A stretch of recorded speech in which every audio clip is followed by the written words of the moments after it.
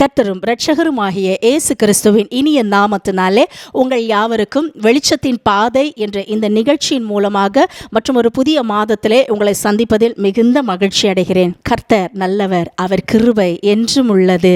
இந்த வருடம் துவங்கி 2 மாதங்களை கடந்திருக்கிறோம். இந்த 3வது மாதத்திலே உங்களை சந்திப்பதில் மீண்டும் ஒருமுறை நான் மகிழ்ச்சி அடைகிறேன். வேதத்திலே சங்கீதங்களின் புத்தகம் 95வது சங்கீதம் 6வது வசனத்திலே விதமாக சொல்லப்பட்டிருக்கிறது, நம்மை உண்டாக்கின கர்த்தருக்கு முன்பாக நாம் பணிந்து குனிந்து முழங்காற்படியிட கடவும் வாருங்கள் என்று எழுதப்பட்டிருக்கிறது. தாவீது ராஜா விதமாக ஒரு அழைப்பு விடுவிக்கிறார். நம்மை உண்டாக்கின தேவனுக்கு முன்பாக நாம் பணிந்து குனிந்து முழங்காற்படியிட கடவும் வாருங்கள் என்று சொல்லி அதாவது எப்படி சொல்றதுன்னா, கிறிஸ்தவ வாழ்க்கை என்பது முழங்கால் ஜெபம் என்பது மிக மிக அவசியம். மற்ற மதத்திலே மற்ற மார்க்கங்களே அவங்க பலவிதமான ஆராதனைகளை அவர்கள் செய்கிறவர்களாக இருந்தாலும் தங்கள் தேவர்களை பணிந்து கொண்டாலும் ஒரு தேவனுடைய பிள்ளை என்று சொல்வோமானால் அவர்கள் நம்மை உண்டாக்கின தேவனுக்கு முன்பாக பணிந்து குனிந்து அவரை முழங்கால் படியிட கடவும் வாருங்கள் என்று இந்த தாவீது ராஜா ஒரு அழைப்பை அந்த இடத்துல வைத்திருக்கிறார். ஹல்லேலூயா. தேவனுடைய பிள்ளை என்று சொன்னால் நாம் முழங்கால் படியிட்டு தான் நம்ம ஜெபிக்க வேண்டியது. அது மாத்திரமில்லை, முழங்கால் படியிடுகிறவர்கள் எப்பேற்பட்ட காரியமாக இருந்தாலும் எப்பேற்பட்ட போராட்டமாக இருந்தாலும் சாதிக்கிறவர்களாக மாறியிருக்கிறார்கள். அதற்கு வேதத்திலே பல ஆதாரங்கள் உண்டு. நம்முடைய ஜெபமே முழங்கால் ஜெபம் என்பதுதான் நம்முடைய அடையாளமாக இருக்கிறது. ஒரு சில ஊழியங்களில் நான் பார்த்திருக்கிறேன். அவர்களுடைய பேசும் பொழுது அவர்கள் சொல்லுகிறதை கேட்டிருக்கிறேன். அவங்களுடைய முழங்கால்கள்லாம் பார்த்துருப்பீங்களான்னா அப்படியே ஒரு மாதிரி கருத்து போய் காப்பு காட்சி இருக்கும். அந்த அளவுக்கு முழங்கால் படிட்டு ஆண்டவரை நோக்கி கதறி இருந்து வாழ்க்கையிலே ஜெயம் பெற்றவர்களாக இருப்பாங்க, ஊழியத்தில் ஜெயித்தவர்களாக இருக்கிறார்கள். ஹல்லேலூயா. இந்த நாட்களிலே நம்மளுடைய ஜெபம் எப்படி இருக்கிறது? இதுவரைக்கும் நம்ம சாதாரணமாக ஜெபிக்கிறவர்களாக இருக்கலாம். ரொம்ப லாங் ஸ்டாண்டிங் ப்ரேயரு, அந்த ப்ராப்ளத்துக்கெல்லாம் பதில் வராமல் இருந்திருக்கலாம். ஆனால் நான் உங்களுக்கு இந்த நாளில் இருந்து நான் சொல்ல விரும்புகிற ஒரே ஒரு காரியம், எனக்கு பரிசுத்த ஆவியானவர் வெளிப்படுத்தின காரியம், முழங்கால் ஜெபத்தின் மூலம் நீங்கள் முடியாததை சாதிக்க முடியும். ஹல்லேலூயா. இதன் பரிசுத்த ஆவியானவர் வெளிப்படுத்தியிருக்கிறார். முழங்கால் ஜெபம் என்பது, அதாவது முழங்கால் என்பது ஒரு விதத்தில் அது ஒரு விதமான ஒரு ப்ராக்டிஸ். உலகத்துக்கு பார்த்துருப்பீங்களான்னா அதை நமக்கு ஒரு எப்படி சொல்கிறதுனா, முழங்கால் படியிடுவது தேவனுக்கு முன்பாக நம்ம தாழ்த்துறதற்கு ஒரு அடையாளமாக இருக்கிறது. ஆனால் அது எப்படி சொல்கிறாங்கன்னா, உலகத்தான் முழங்கால் படிகிறது அவர்களுக்கு ஒரு ஆசனம் அப்படின்னு அவங்க எடுச்சிருக்கிறாங்க. ஆனால் நமக்கு என்னென்னா, நம்மை உண்டாக்கின தேவனுக்கு முன்பாக நாம் நம்மளை தாழ்த்துகிறதுக்கு ஒரு அடையாளமாக இருக்கிறது. நம்ம முழங்கால் படியிடுறோம் அப்படின்னா ஏதோ சிஸ்டர் சொல்கிறாங்களே ஏதோ முழங்கால் படிட்டு ஜெபம் பண்ணலாம், அப்படி இல்லை. உங்களுடைய ரொம்ப நீண்ட நாட்கள் இருக்கிற பிரச்சனைகளுக்கு, போராட்டங்களுக்கு, லாங் ஸ்டாண்டிங்காக இருக்க ஒரு ப்ராப்ளத்துக்கு நீங்கள் ரொம்ப நீண்ட நேரம் முழங்காலிலே இந்த நாட்களில் நின்று தான் ஆக வேண்டும். முழங்காலிலே நின்றுதால் நீங்கள் சாதிக்க முடியும். முழங்காலில் நின்றால் என்னென்ன நடக்கும்? முழங்கால் ஜெயித்தவர்கள் வேதத்தில் பல ஆதாரங்களை உங்கள் முன்பாக நான் எடுத்து காட்ட விரும்புகிறேன். முழங்கால் ஜெபம் செய்யும் பொழுது வாழ்க்கையில் என்னென்ன நடக்கும்? முழங்கால் ஜெபம் செய்யும் பொழுது தேசத்தில் என்ன நடக்கும்? முழங்கால் ஜெபம் செய்யும் பொழுது தேவன் எப்படி பதில் கொடுக்கிறார்? முழங்காலிலே நாம் யுத்தம் செய்யும் பொழுது என்னென்ன காரியங்கள், அசாதாரணமான காரியங்கள் நடக்கிறது என்பதை இந்த மாதத்திலே நாம் தியானிக்க இருக்கிறோம். முதலாவது, முழங்கால் ஜெபம் செய்த ஒரு தேவ ஊழியரை குறித்து நான் உங்கள் மத்தியிலே வாசிக்கவிருக்கிறேன். என்னோடு கூட சேர்ந்து 1 ராஜாக்களின் புத்தகம் 18வது அதிகாரம் 42வது வசனத்தை நான் உங்களுக்காக வாசிக்கின்றேன். ஆகாப் போஜன பானம் பண்ண போனான். பின்பு எலியா கர்மேல் பர்வதத்தினுடைய சிகரத்தின் மேல் ஏறி தரையிலே பணிந்து தன் முகம் தன் முழங்காலில் பட குனிந்து தன் ஊழியக்காரனை நோக்கி, நீ போய் சமுத்திர முகமாய் பார் என்றான். அவன் போய் பார்த்து ஒன்றும் இல்லை என்றான். நீ இன்னும் 7 தரம் போய் பார் என்றான். 7ஆம் தரம் அவன், இதோ சமுத்திரத்திலிருந்து ஒரு மனுஷனுடைய உள்ளங்கை அத்தனை சிறிய மேகம் எழும்புகிறது என்றான். அப்பொழுது அவன், நீ போய் ஆகாபை நோக்கி, மழை உம்மை தடை செய்யாதபடிக்கு ரதத்தை பூட்டி போய்விடும் என்று சொல் என்றான். அதற்குள்ளாக வானம் மேகங்களினாலும் காற்றினாலும் கருத்து பெருமழை உண்டாயிற்று. ஆகாப் ரதத்திலே ஏறி யெஸ்ரேலுக்கு போனான். கர்த்தருடைய கை எலியாவின் மேல் இருந்ததினால் அவன் தன் அறையை கட்டிக்கொண்டு யெஸ்ரேலுக்கு வருமட்டாக ஆகாபுக்கு முன் ஓடினான். ஹல்லேலூயா. கர்த்தருடைய பரிசுத்த நாமத்திற்கு மகிமை உண்டாவதாக. இந்த எலியா நம்மை போல ஒரு பாடுள்ள ஒரு மனிதராக தான் இந்த வேதத்தில் சொல்லப்பட்டிருக்கிறது. எலியா மழை பெய்யாதபடிக்கு ரொம்ப கருத்தா ஆண்டவரிடத்துல ஜெபம் பண்ணுறாரு. அவருடைய வார்த்தையின்படி ஆண்டவர் என்ன சொல்றாருன்னா, 3 வருஷம் மழை பெய்யாமல் இருந்திருக்கு, ஆனால் அதற்கு பிறகு கர்த்தர் தான் தெய்வம் அப்படின்னு சொல்லி பாகால் தீர்க்கதரிசிகள் எல்லாருக்கும் முன்பாக எலியா ஒரு மிகப்பெரிய ஒரு பயங்கரமான காரியங்களை செய்து தேவன் தான் தேவன், அக்கினியால் பதில் கொடுக்கிறவர் தேவன் என்பதை நிரூபித்து அந்த இடத்துல காட்டி அக்கினியை இறக்க வைத்தார். எல்லா ஜனங்களும் தேவனிடமாக திரும்பிவிட்டார்கள். திரும்பின பிறகு அதற்கு பிறகு என்ன ஆகிறது என்று பார்த்திருப்பீர்களானால், இந்த ஆகாபுடைய காரியம் வருகிறது.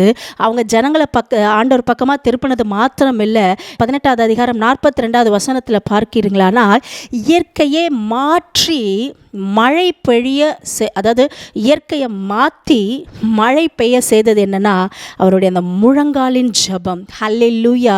அவர் எப்படி ஜெபம் பண்ணுறாராம் அந்த இடத்துல ரொம்ப அழகாக சொல்லப்பட்டிருக்கிறது. அதாவது ஆகாப் போஜனம் பண்ண பின்பு எலியா கர்மேல் பர்வதத்தின் சிகரத்தின் மேல் ஏறி தரையிலே பணிந்து தன் முகம் தன் முழங்காலில் பட குனிந்து, அதாவது அவருடைய முகம் முழங்காலில் கீழே பட்டு தரையில் விழுந்துச்சான். தரையில் விழுற அளவுக்கு அந்த அளவுக்கு சாஷ்டாங்கமாக பணிகிறாராம். ஹல்லேலூயா.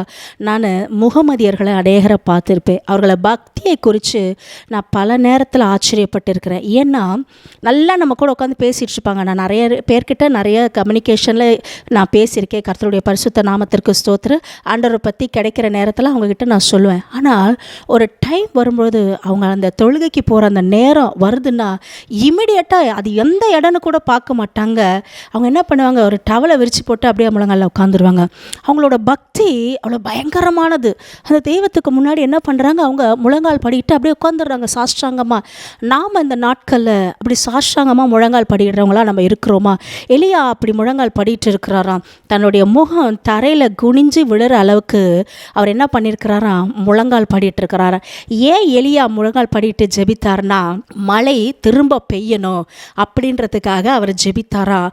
வேலைக்காரர்கிட்ட சொல்கிறாரா, நீ போய் பாரு மழை வர மாதிரி சிம்டம்ஸ் இருக்கா அப்படின்னு கேட்குறாரா. அந்த இடத்துல இருக்கிற தம் ஊழியக்காரனை நோக்கி நீ போய் சமுத்திர முகமாக பாரு என்றான். அவன் போய் பார்த்து ஒன்றும் இல்லையா, மழை வர சிம்டம்ஸே இல்லை அப்படின்னு சொல்ல, நீ இன்னும் 7 தரம் போய் பாரு அப்படின்னு சொல்கிறாரு. இந்த 7 தரம் பாரு விடாத. நீங்கள் எவ்வளோ நாள் ஜெபம் பண்ணுறவங்களா இருக்கலாம், எவ்வளோ வறட்சியான சூழ்நிலை உங்கள் குடும்பத்தில் காணப்படலாம். ஐயோ இத்தனை வருஷம் நாங்கள் ஜெபம் பண்ணியிருக்கிறோங்க, எங்களுக்கு பதிலே வரல. நீங்கள் இவ்வளோ நாள் ஜெபம் பண்ணது ஓகே, நான் உங்களை தவறு சொல்ல, அந்த ஜெபம்லாம் கேட்கப்படலை அப்படின்னு நான் இன்றைக்கி சொல்ல வரல. ஆனால் நீங்கள் எப்படி ஜெபம் பண்ணீங்க, எவ்வளோ தீவிரமாக நீங்கள் ஜெபம் பண்ணீங்க, உங்கள் முழங்காலை எந்த அளவுக்கு நீங்கள் முடக்குனீங்க. நான் ஒன்று சொல்கிறேன், நீங்கள் முழங்காலை எந்த அளவுக்கு நீங்கள் முடக்குறீங்களோ சாத்தானுடைய ராஜ்யம் அசைக்கப்படும், அவன் தோற்று போய் விடுவான். முடியாததை தேவன் முடிய செய்வார், நிச்சயமாக செய்வார். எலியா சொல்கிறாரு, வேலைக்காரர்கிட்ட சொல்கிறார், நீ போய் பாரு அப்படின்னு. ஐயோ ஒன்றுமே ஒரு சிம்டம்ஸும் மழை வர மாதிரி தெரியல. இல்லை நீ போய் திரும்ப 7 தடவை பாரு. இதே தான் இன்றைக்கி உங்களுக்கும் சொல்கிறேன். நீங்கள் ஜெபம் பண்ணிகிட்டே இருக்கீங்களா, ரொம்ப லாங் ஸ்டாண்டிங்கான ப்ரேயர் ரிக்வஸ்ட்டு பதில் வரலையா, விடாதீங்க, இன்னும் பாருங்கள், இன்னும் போராடுங்க. கொஞ்சம் நேரம் ஆகுது, அந்த இடத்துல எவ்வளோ ஒரு பயங்கரமான பதில் வருது பாருங்கள். அந்த 44வது வசனத்தை நசிக்கிறேன். 7ஆம் தரம் இவன், இதோ சமுத்திரத்திலிருந்து ஒரு மனுஷனுடைய உள்ளங்கை அத்தனை சிறிய மேகம் எழும்புகிறது என்றான். அப்பொழுது அவன், நீ போய் ஆகாபை நோக்கி மழை உம்மை தடை செய்யாதபடிக்கு ரதத்தை பூட்டி போய்விடும் என்று சொல் என்றான். ஹல்லேலூயா. கர்த்தருடைய பரிசுத்த நாமத்திற்கு மகிமை உண்டாவதாக. இந்த எலியாவுடைய ஜெபத்திற்கு ஆண்டவர் எப்படி பதில் தருகிறாரு? ஒரு மனுஷனுடைய உள்ளங்கை அளவு மேகம் வருதா? உங்களுடைய ஜெபம் இந்த நாட்களில் ஒரு உள்ளங்கை அளவு மேகம் எழும்புற அளவுக்கு நீங்கள் ஜெபத்தை விடவே கூடாது. ஹல்லேலூயா. நீங்கள் எத்தனை வருஷம் போராட்டமோ, பிள்ளைக்கு திருமணம் ஆகவே இல்லையா, நல்ல வேலை கிடைக்கலையா, குடிகார புருஷன் ரட்சிக்கப்படவே இல்லையா, மனம் திரும்புதல் இல்லையா, போராடிக்கிட்டே இருக்கிறீங்களா? ஐயோ பல வருஷம் போராடிட்டே இருக்கோம், பதிலே வரல, ஆண்டவர் கேட்கவே இல்லை. நோ, நீங்கள் செய்ய வேண்டிய விதமாக நீங்கள் செஞ்சீங்கன்னா பதில் வர வேண்டியது தானாக வந்துடும். இயற்கைக்கு அப்பாற்பட்ட சூழ்நிலை, அவருடைய விசுவாசம் அவங்களுடைய தாழ்த்துறது தேவனுக்கு முன்பாக அந்த அளவுக்கு சாஷ்டாங்கமாய் போய் நின்று முழங்கால் கீழே அந்த நெத்தி படுற அளவுக்கு அளவுக்கு நீங்கள் அது முன்னேனா லாஸ்ட் ஸ்டேஜ் அதுதான், போய் சாஷ்டாங்கமாக விழுந்துடுறது. ஆண்டவரே இனி என்கிட்ட இல்லை, நீங்கள் தான் அற்புதத்தை செய்கிறவர். ஆண்டவரே என் முழங்கால முடக்கிறேன், இவ்வளோ நாள் நான் முழங்கால் படி இல்லாமல் ஜெபிக்கிறவளா நான் இருந்திருந்தால் ஒரு விஷயம் நான் மன்னிச்சிருங்கப்பா, இனி அப்படி இருக்க மாட்டேன், எனக்கு முழங்கால் படிட்டே பழக்கம் இல்லை அப்படின்னு சொல்லாதீங்க. ஃபஸ்ட்டு ஒரு 10 நிமிஷம் ப்ராக்டிஸ் பண்ணுங்கள், அப்புறம் ஒரு 15, 20, அரை மணி நேரம் ப்ராக்டிஸ் பண்ணி பாருங்கள், எல்லாமே நடக்கும்.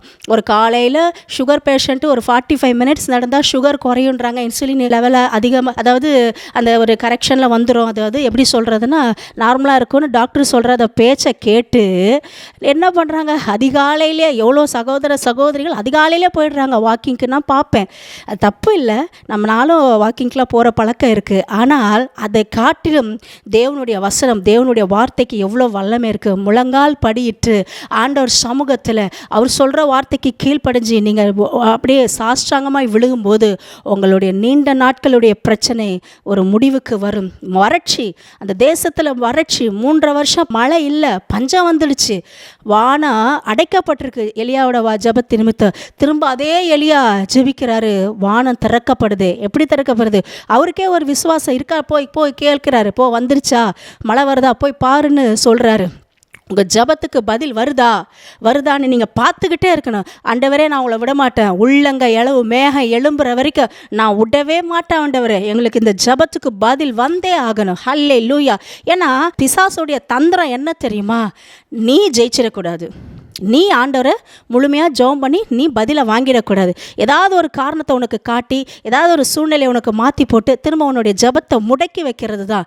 நீ அவனை ஜெயிச்சிடக்கூடாது, நீ அவனை எதிர்த்திடக்கூடாது, அதில் அவனை ரொம்ப குறியாக இருப்பான். எனக்கு தெரிஞ்ச இந்த 1 சாமுவேல் புத்தகம் 13வது அதிகாரம் இந்த 19வது வசனத்தை நான் உங்களுக்காக வாசிக்கின்றேன். எபிரேயர் பட்டயங்களையாகிலும் ஈட்டிகளையாகிலும் உண்டு பண்ணாதபடிக்கு பார்த்து கொள்ள வேண்டும் என்று பெலிஸ்தர் சொல்லியிருந்தபடியால் இஸ்ரவேல் தேசத்தில் எங்கும் ஒரு கொல்லன் அகப்படவில்லை. இஸ்ரவேலர் யாவரும் அவரவர் தங்கள் கொழு விழும்புகளையும் தங்கள் மண்வெட்டிகளையும் தங்கள் கோடரிகளையும் தங்கள் கடப்பாறைகளையும் தீட்டி கூர்மையாக்குகிறதற்கு பெலிஸ்தரிடத்திற்கு போக வேண்டியதாய் இருந்தது. இந்த இடத்துல பாருங்க, பெலிஸ்தர் அங்கே என்ன பண்ணுறாங்கன்னா, இஸ்ரவேலில் ஒரு கொல்லன் கூட இருக்கக்கூடாது, ஒரு ஆள் கூட ஈட்டியை கூர்மையாக்குறவன் இருக்கக்கூடாது. அவங்களுக்கு ஏதாவது ஒரு காரியம் வேணும்னா அவங்க நம்ம கிட்ட தான் வருதும். இதுதான் பிசாசனுடைய தந்திரம். இந்த நாட்களில் தேவ பிள்ளைகள், ஆண்டவரால் ரட்சிக்கப்பட்ட பிள்ளைங்க, ஆண்டவருடைய பிள்ளைங்க, விசுவாசிங்க, சபை ஊழியர்கள், இவங்க எவ்வளோ நாள் ஜெபம் பண்ணுறாங்களோ இவங்க ஜெயம் எடுத்து விடக்கூடாது. இதில் பிசாசு ரொம்ப தந்திரமாக செயல்படுவான். எல்லாரும் என்ன பண்ணிட்டான், பிளாக் பண்ணிட்டான். ஆனால் அந்த இடத்துல அவன் சொல்கிற பாருங்க, எல்லா இஸ்ரவேலரும் பெலிஸ்தர்கிட்ட தான் வரணும், ஒரு கொல்லன் கூட இருக்கக்கூடாது. அவனோட தந்திரம் என்னென்னா, உங்கள் விசுவாசிகள் ஒரு வீட்டில் நல்ல ஜெபிக்கிற பெண்மணி இருக்கக்கூடாது, ஜெபிக்கிற சகோதரன் இருக்கக்கூடாது. ஒரு குடும்பம் நல்லா இருக்குது, நல்லா ஸ்கூலுக்கு போகிறாங்க, நல்ல வேலை, நல்லா ஆசீர்வதிக்கப்படுற, அப்படியே இருந்துருந்தோம். அதில் யாராவது ஜெபிக்கிறாங்களா அப்படின்னு பார்க்குறான்.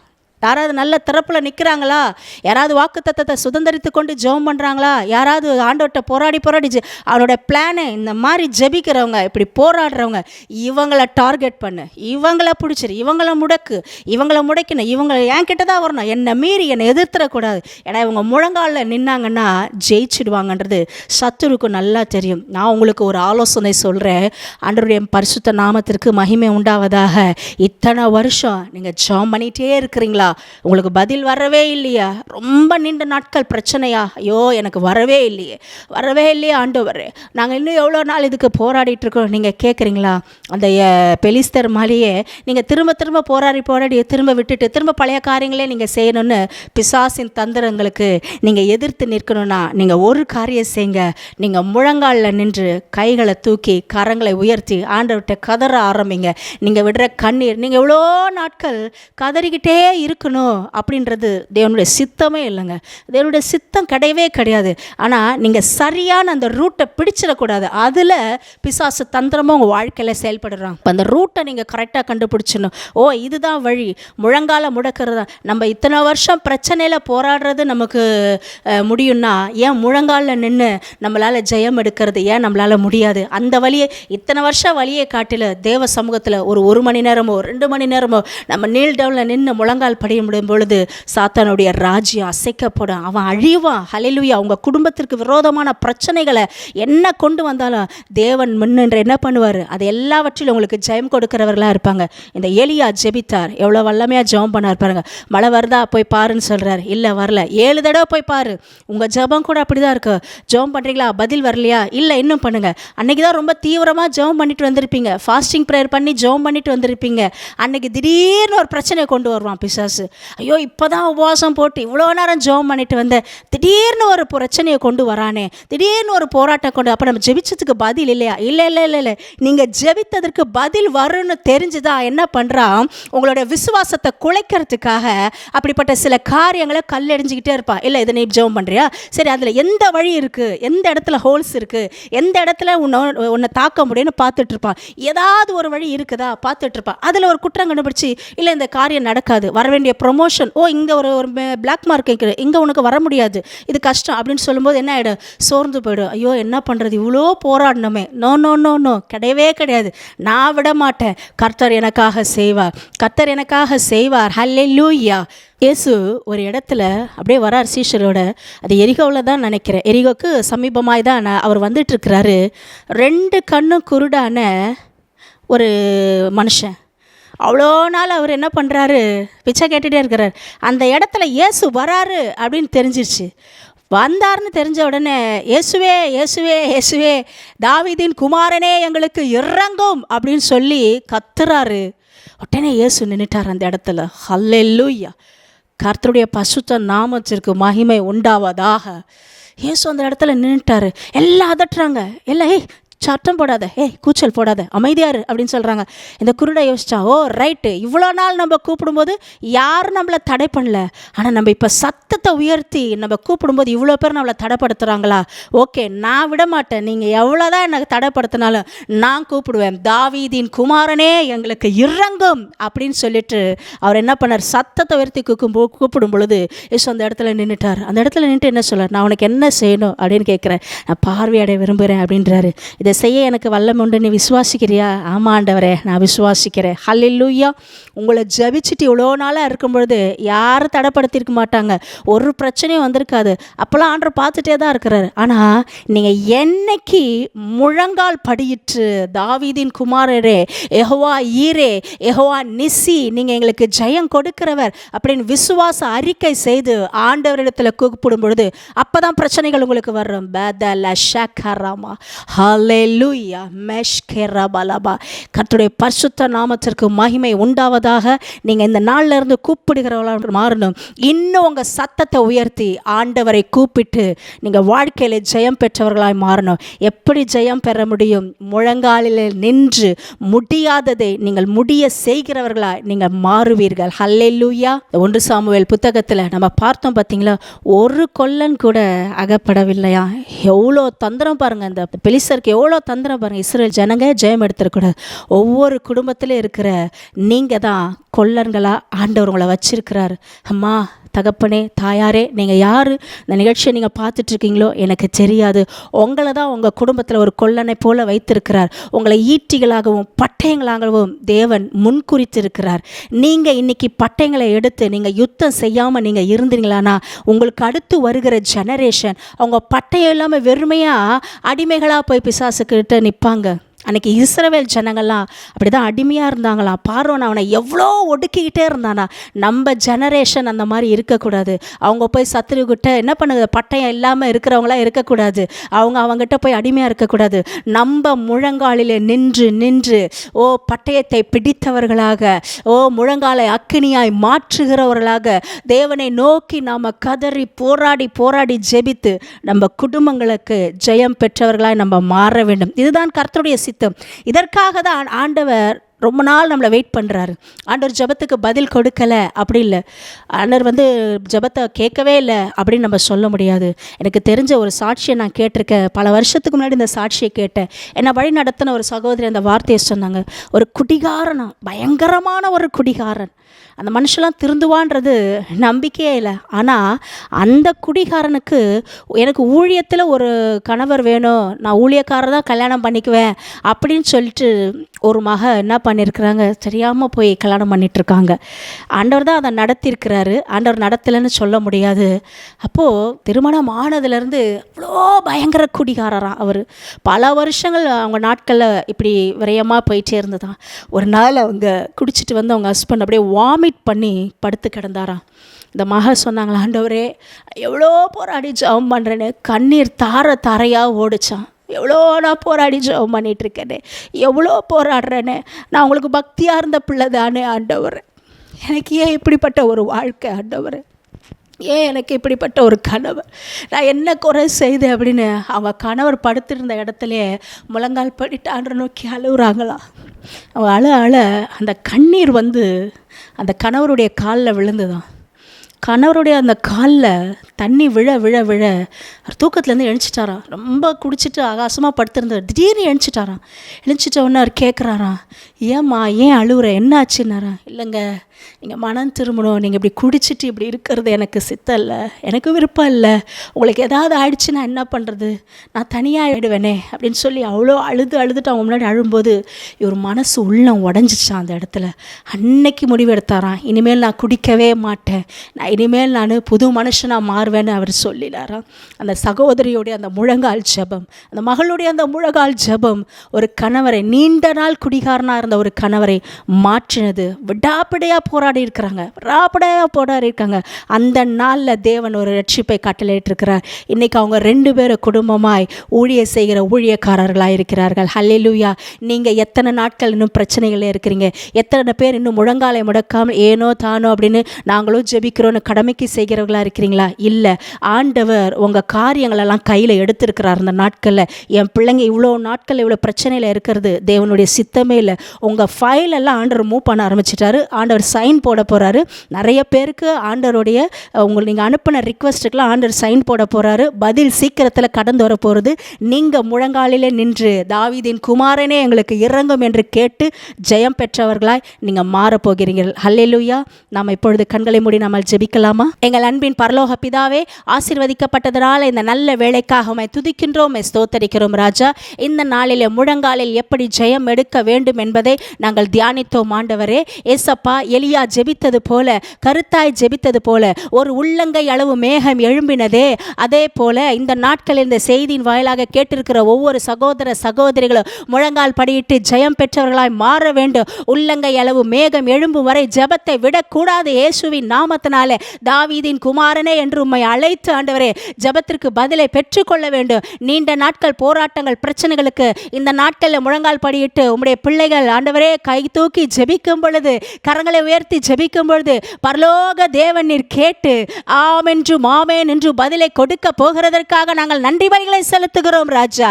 நீ ஜெபத்தை கேட்டு மகிழ்ச்சியாக்க போகிறதற்காக நன்றி.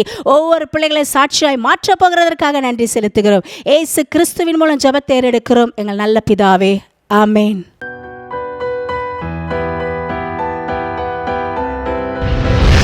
கர்த்தர் உங்களை ஆசீர்வதிப்பாராக.